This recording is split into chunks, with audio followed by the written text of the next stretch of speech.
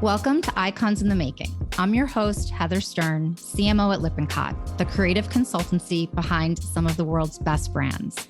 Join me as I sit down with the leaders of today's most influential brands. You'll hear stories of transformation and walk away with a new perspective on what it means to be an icon. This is Icons in the Making. Today, I'm speaking with Fonz Morris, lead product designer and global conversion at Netflix. This Brooklyn-born, San Jose-based, self-taught designer is a jack of multiple trades, an engineer, an entrepreneur, DEI advocate, globetrotter, mentor, and so much more. Fonz is a strong believer in the importance of self-driven education and has worked in tech and design on both coasts, including as a design team lead at Coursera. While Fonz certainly keeps himself busy, there is nothing he likes more than mentoring young designers, paying it forward, and inspiring others to pursue their dreams. Welcome, Fonz. Thank you so much for being here today. Thank you. Thank you for having me, Heather. So let's go back. You were born and bred in Brooklyn. How did your upbringing influence who you are today and how it is that you approach your work? So I think I realized this while I was growing up in New York, but it really made sense once I became a design professional, was that by growing up in a city like Brooklyn, you are exposed to so much culture all the time. It's such a melting pot for the world. When you think of how much art is in the city, we used to go on field trips to the MoMA and to the Natural History of Museum, and I would take walks across the Brooklyn Bridge and I could get to see the New York skyline, and we have Fashion Avenue. So I was constantly bombarded with design and wasn't even really realizing it until I got a little older and I started to develop my own style. And I was like, where am I getting this from? And I'm like, I'm getting this from where I was born and raised, having exposure to so much design like that. And then that led me into wanting to become an architect. And I was very, very close to becoming an architect until a friend of mine's father, who was an established architect, said, you're not really going to make a lot of money in this. When I tell you that was the last thing I wanted to hear, yeah. I immediately pivoted from architecture into computer science, and then computer science led to design. So that's how I got started. The roots of New York just being such a design and culture, art melting pot, I just absorbed it all as a kid and then decided to go into it as a profession when I got older. And not to mention music too. And I know that you're a big fan of music. I can't believe I left the music part out. The music part, the reason I left the music out is because when I'm thinking about that question, I'm thinking about all of just how much art and how much design you are exposed to. But I'm also thinking about all the people that I was able to learn from. But then you can't do that without the music. So I'm glad you brought that up. The music had a ton of influence on me. I'm actually more of a music person than I am like a watch TV or watch video person. So I always have music playing in the background. So yes, let's definitely add the music. Okay. And we'll have to make a custom playlist for this episode. I think, please let me make a playlist. Please. I would love that. Would love it. Love it. So tell me, this idea of being a double threat, you mentioned engineering and now design. How did those two things come together? And how would you describe kind of your superpower in terms of those two things coming together and what you do every day? Sure. So I went to college. I have a degree in computer science. I was going to become like a hardware engineer. So to get my degree, I had to fully understand and think like a developer, like an engineer does. But then what I ended up doing was in my senior year of college, they opened up a multimedia lab in my university.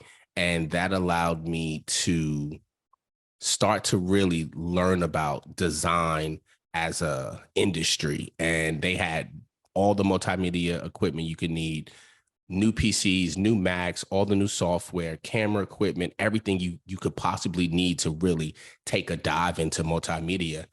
And I moved into the lab for 2 years. No lie, Heather. I was in that lab every single day because it was free. Yeah.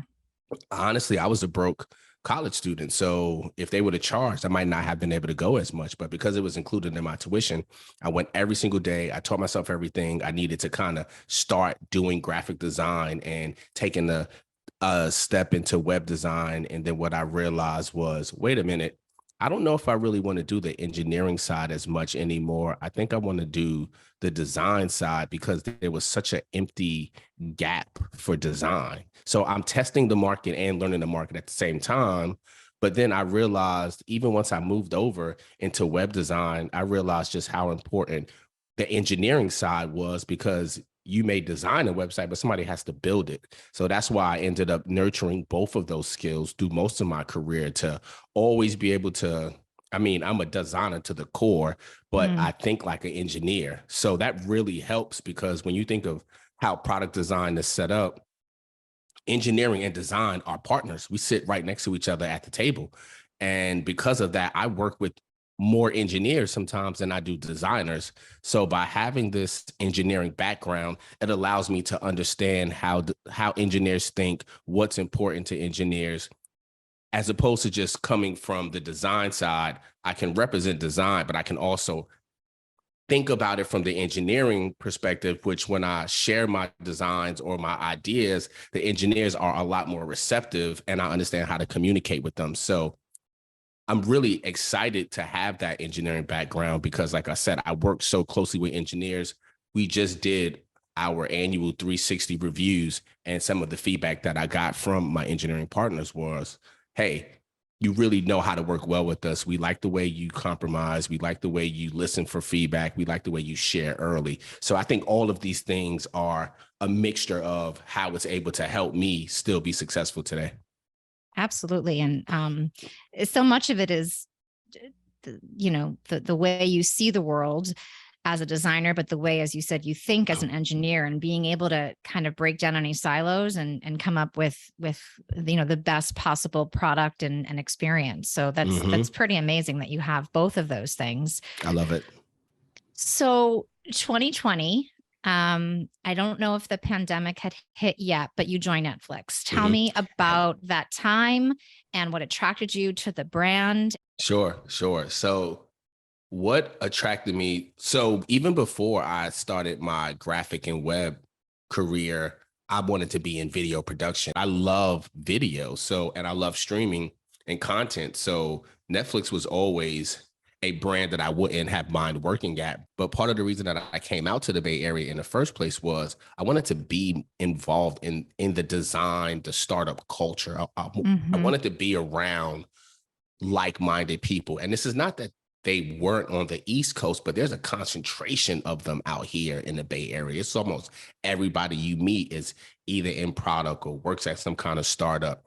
And because you have that community, then there was a lot of events out here. So I always told myself, once I come out to California, I'm going to be going to events all the time. And I was always an events type of person. Like if you have some kind of meetup or a panel, or I'm there because I like to network and I like to learn. So I would go to events almost every day before the pandemic. I was going up to San Francisco so much that people that worked in San Francisco thought I lived in San Francisco because I was always on the Caltrain with them. And I was like, nope, I'm just going to another event. So I went to one event that was actually titled How to Level Up Your Design Career. And at the end of the event, I was making my way across the room to talk to a VP from Meta. And I ended up bumping into this gentleman. And instead of me just saying, excuse me, I actually struck up a conversation with him. He was an engineering manager at Netflix. He had asked if I ever thought about working at Netflix. And I was like, only a little bit. And he said, well, from what you've explained to me, I think you are a good candidate. I think you should apply. And I'm thinking to myself, really? And he took my information and he said he was going to connect with me the next day and connect me with some people. And he did that exact thing. The next day he reached out to me. He connected me with some designers that were already working at Netflix. I had some peers over there as well. So by the time my name got to the recruiter, she called me. It was like, you're a really popular guy around here. Are you ready to apply? And I was so excited, and I applied and I was able to get in. And I actually joined the company as soon as the coronavirus started locking things down. I started in May of 2020. So wow. My whole interview process was remote. Well, first, Meta's loss, right? Super. And Super. second, stay on the networking for a moment. We talk so much about, that being such an important part of one's career, and never turn down a conversation and always try to put yourself out there. Obviously, it's been a little harder as things have been more remote, but where do you kind of get the courage to just kind of go into these spaces, and what's going through your mind, and any tips for people that are themselves trying to think about, growing their own personal and professional networks? Great. I don't like saying great question because I feel like people say great question all the time, but that's a really great question. My You my could say answer, great question after every question. Don't that's worry. what I right. will Everybody get says great question, great question, great question. But I would say that honestly, I feel I have more to lose if I don't speak up in a situation as opposed to I have more to gain if I do say something. If I don't Mhm. say anything, nobody gets to know how amazing, dedicated, focused I am. I don't get to learn how dedicated, amazing, focused they are. I don't get to share opportunities. I don't get to share stories. I don't get to be social. I've just always been able to just find a common bond between me and somebody quickly and just be able to build on top of that. Because I think ultimately people are nice. They want to be friendly. They want to meet other people, but it doesn't come easy for some. But if it does come easy to you, then you should really multiply and double down on it. And I do that. And to be honest with you, I just don't feel like I have anything to lose. I've Yeah. spoken to a ton of people and the conversation didn't go anywhere. And that is completely fine with me. But then there's also times where you think of the story I just told. I had a conversation with somebody and it changes my life. Literally. Yeah. So I'm always thinking to myself more of, well, look what happens if I say something to somebody. It can lead to a new job somewhere. But if I don't say anything, then I'm going to leave exactly how I came here. So I'm always checking myself on that of work on your attitude. And I believe in communication is extremely important, even as a designer. So it's not even just that, oh, I need to be able to speak to people when I go into the room. I need to be able to communicate my solutions through my work. I need to be able to talk to our users to learn about what problems I'm solving for them. I need to be able to present my work to other designers at the companies that I'm working at and things like that. So communication is a major part of being a designer that I've always worked on. But as I got older, I realized just how important networking is. And I now balance it out with, okay, how much do I know? How much skill do I know? And what do I know? But I always worry about who do I know? Because that's Yeah. what really gets you in the door. It's who you know. Absolutely. And just flipping it on its head, right? So back to Netflix, you join. Was it at the time in the role that you're in now, which is product designer and global conversion? And Yes. tell me Yes. about what that role entails, what you do day to day, the Mm-hmm. projects that you're working on. For sure. So my role has grown since I've been there. I've changed teams. And when I first started, I was focused on flow, which is our sign up flow, making sure that we were optimizing and we were iterating on our flow to make that experience as best as possible for users when they're coming to the platform.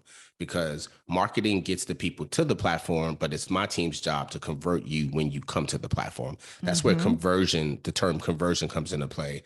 And the reason that I use the term global conversion is I don't only focus on the United States. I don't only focus on one region. I focus on conversion all across planet Earth. So we have a ton of different initiatives that are targeted for certain areas. And luckily, Netflix is such an amazing organization. I'm not limited to just UCAN or Asia. I get to work, and the products that I work on, as well as the ones that I ship, they end up being global releases. So that's where the whole global conversion concept comes from. When I was first at Netflix, like I was saying, it was more about, okay, is the sign up flow as smooth as possible? Is it accessible? Are there any content edits that we can make to make the process easier? Can we shorten the experience? What is the experience like when a user comes from television versus coming from phone versus coming from web? And are we doing everything to allow them to give us their credit card number and become paid subscribers as easy and fast as possible? That was my first focus. Then my second focus was on multi-household usage, which is how do we get more people to stop sharing their passwords. And I was on that for almost a year and a half. And now I'm transitioning into a new team that's just going to focus on how do we continue to make Netflix be the best streaming platform out there, and how do we keep improving our features and services that we offer so that everybody wants to continue to stay subscribed. So fascinating, and things that we do every day that you don't necessarily think about.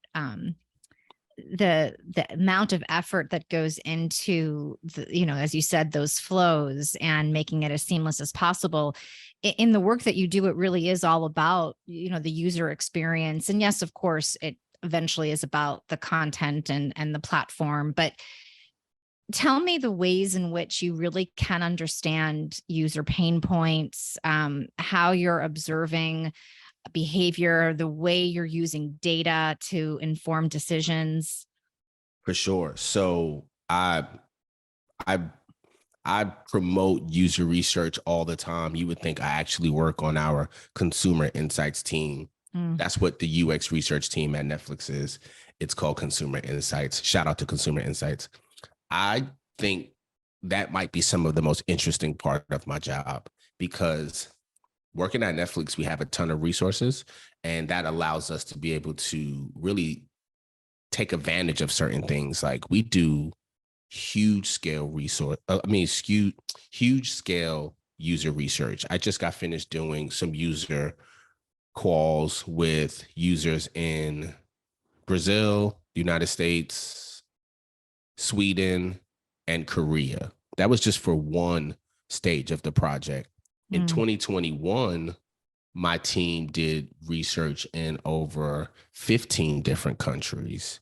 So we're always getting access to literally hear our customers tell us their pain points, so we don't have to guess. That's one thing I don't do at this stage of my career. I don't like to guess. I don't like to assume either. And that's where the data comes into play. The data doesn't dictate the design, but it definitely helps support and give direction for the design. So instead of me having to guess, why are people in Korea not signing up for Netflix, or why are people canceling in Korea faster than any other place? I can actually look at the data, one, and see, are people really canceling in Korea faster than anywhere else? And if they are, present a test to our user research team to be able to actually talk to some customers who may have canceled or are about to cancel, and actually hear from them firsthand what their issues are. So when we're solving a problem, I feel we're coming out the gate way more set up for success, because we know what we should be working on. So then we use that information, and that's our starting point. That's where we get our hypothesis from. And then we come up with some iterations, some ideas, and then we can get back in front of those users again. And now this time, maybe we'll have some designs to show, and we can see how they interact. We can see if they're comprehending the content. We can see how they feel about this. So we can go through all these rounds of user research before we even get to engineering, let alone release it to the public where the users actually get to interact with it. So the user research, I think, is the way we're really able to stay in tune and have empathy for our users. And I'm just so excited to always have that. I mean, I've sat in some user research calls where last year we had this idea for a project, and I mean, we had worked on it for months. So I think after this user research call, this was going to engineering. We already had the designs, and the user calls went terrible. Nobody liked the idea. They all were just like, nope, we don't like this. We don't get it. We don't understand this. This just doesn't work for us. And as the company and as the team, we had no choice but to respect that feedback, but we were also excited about it. If we would have skipped this research, jumped straight to development and rolled this out, we would have caught so much backlash. And when you're at a company that's as popular and as big as Netflix, you don't want to have to roll things back or undo anything. So by having the research to be able to put stuff in front of customers, get their feedback, and either scrap some stuff or make some changes. That is what really leads to us having such a successful product. Again, glass half full attitude, right? And they think in the moment when you have to kill a project or really just start from scratch, it can be devastating. But to see it from the big picture perspective, Netflix is known to have, a really unique culture. And I know Reed Hastings is quoted all the time, about his philosophy on entrepreneurship and risk taking. Tell me about the culture as you experience at Netflix. How do you see it different than others? And what do you find most exciting about the environment that you're working in? Great question. After everyone, I'm expecting it after everyone now. Great question. Okay. So one, the culture at Netflix is amazing. There's so much I could say about it, but the one thing I like to lead with is it's very supportive. And that's the thing. I feel like I have all the support I need to be the best Alfonso I can be, whether it's, oh, I'm burnt out, I need time off. They're like, cool, take as much time as you need. Oh, I want to do some type of philanthropy giving back. They have a matching program. Oh, I want to eat better. I can go into our campuses and salads all day. I need places to work. The offices are all amazing. My team is just great. I mean, I've never worked with smarter people who always continuously push me to be better because I see them being the best that they can be. So I think all of those things are part of the Netflix culture, as well as there's a lot of transparency at the company. I mean, there's a lot of things set up to allow us as employees to feel heard and to voice our opinions, where there's a ongoing company QA that we can leave questions in, and you will get a response from a Reed or somebody in the C-suite, which I think just even that access, that exposure to them, and the ability to express whether you have an idea or you have some feedback that you want to give, to be able to have those avenues set up is amazing. The concept of freedom and responsibility is so critical to the success of Netflix and of my employees, because what freedom and responsibility means is we trust you to do whatever you think is best. As long as you're doing this for the betterment of Netflix, we're not going to micromanage you. There's not a bunch of rules in place to stop you from being able to be the best that you can be. As long as you understand your responsibilities, you have the freedom to do what you need to do. And I think that is a sign of maturity in the company, but that's also a sign of respect for us that you trust me to do what I need to do. So it's just a great culture. I just feel very fortunate to work there, and I am still as excited and passionate to go to work every day as when I started. Well, that's a testament to, not just the passion that you have for the work, but as you said, for the culture that you're working within, which I think is so important. Netflix is such a beloved brand, but it is such a saturated place. And obviously there has been, talk about loss of subscribers. And, certainly the company has said, we've been down this road before and we've come back. How does that kind of news impact your day-to-day, if at all? Do you find in periods where the brand is maybe being scrutinized more, or you've got competition coming from every which way, that the tenor changes? Or do you just kind of focus on the task at hand and kind of push the noise away?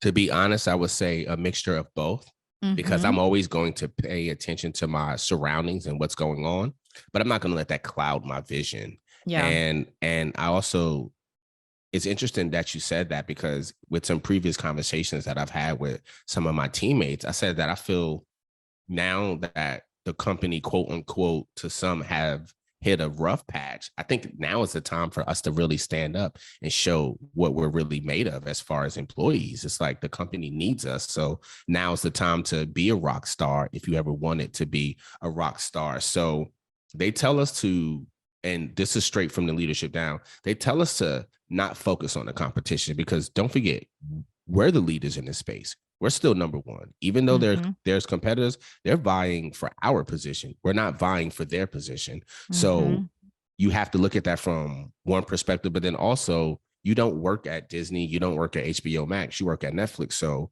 you should only be paying so much attention to them anyway. And then, not to toot our own horn, but if you look at a lot of these platforms, they just end up copying us. So even though, but from another perspective, I think competition makes products better. They make things better. So if we're seeing all these other streaming platforms gaining up on us or trying to catch up to us, then that means it's time for us to go back to the lab and come up with even better ideas and show why we're the number one platform. So you do have to tune out the noise. I have to be honest. It's like I've never been at a company that is this popular where when I cut on the evening news, they're talking about either the stock is down or we're cracking down on passwords.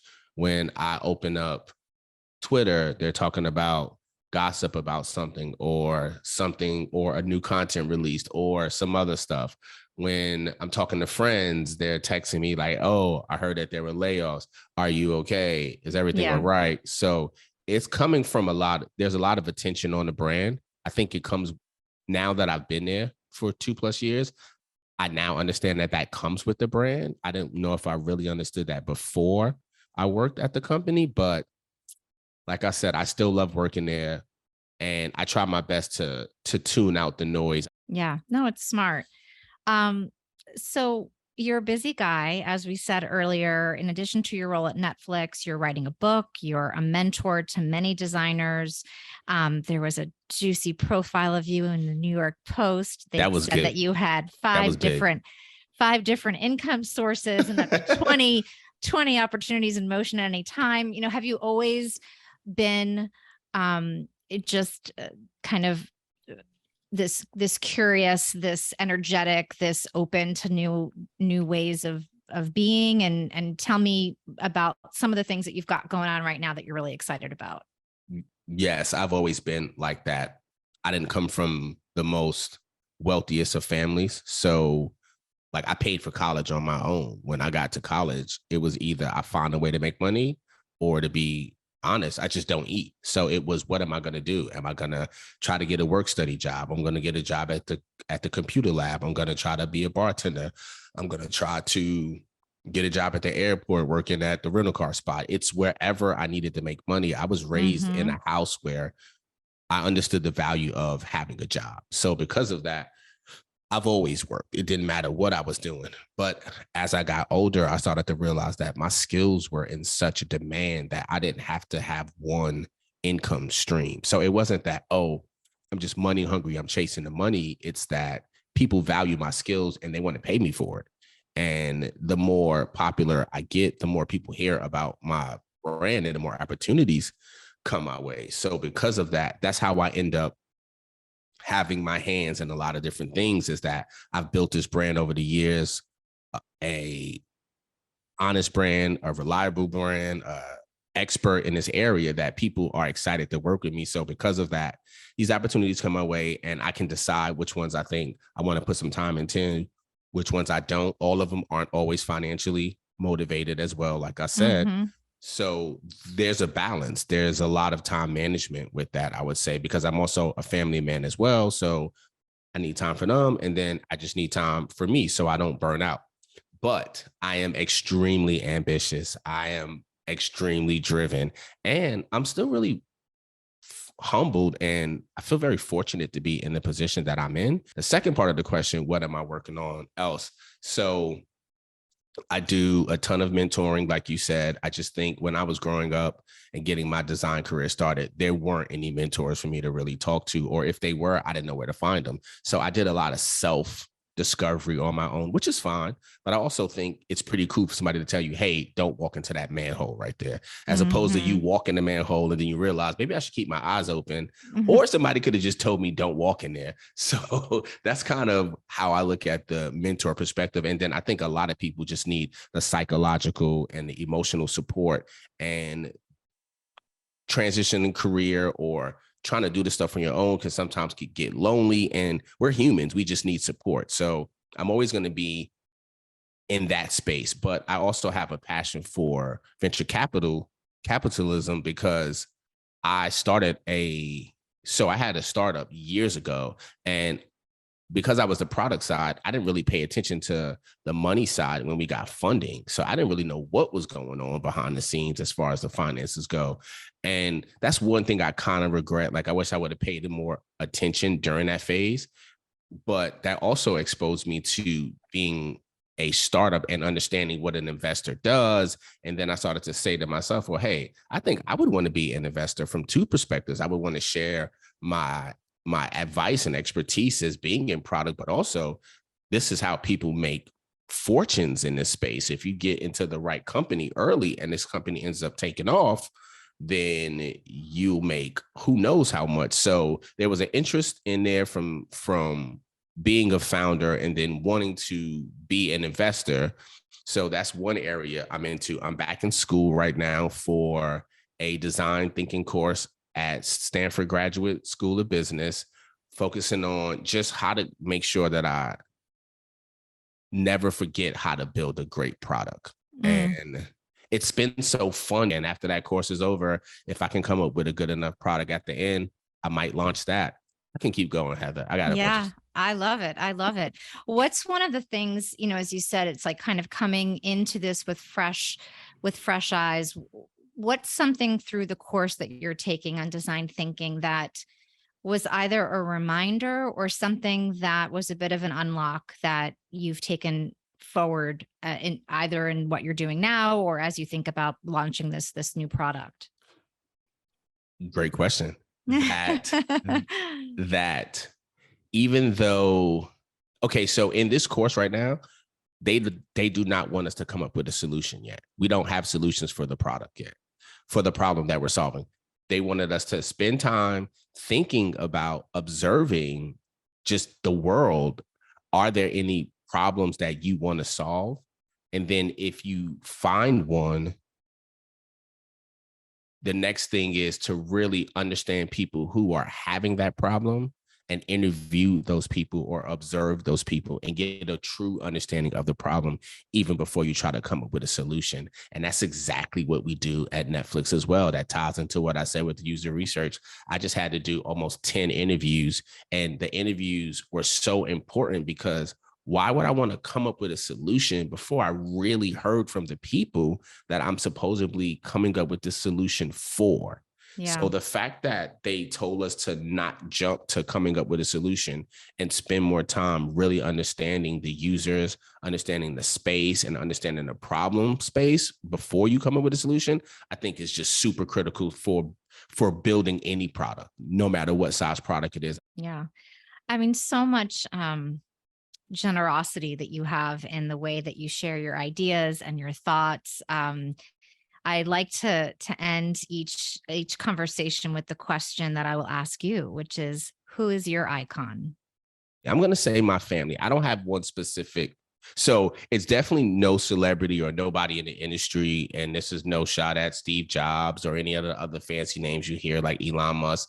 It's just that they're not really relatable to me to a certain extent. My icon would need to be somebody that I'm relatable to. And when I look back at my life and I see how much my sister's been through and how much she's been there for me and how now I'm able to be successful because of her support, I would say something more like my sister is my icon, or my father, who taught me at a young age to focus on my education and to be a stand-up, honorable man, and to always keep a job and to try to always have a roof over your head. Those are life lessons that have really changed my life and molded my life. So I would have to say my whole family. Okay. Well, shout out to the Morris family. It sounds like you guys. Yeah. Sounds like you guys support each other. And as you said, I do think there's something about just that relatability and, we put people on pedestals and absolutely they're brilliant and they're groundbreaking, but it's sometimes just the people that are around us that have had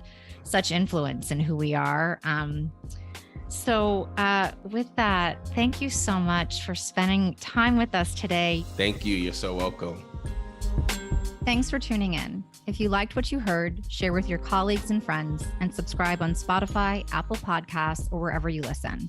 And if you're feeling really generous, leave us a 5-star rating. Thanks, and I'll see you next time.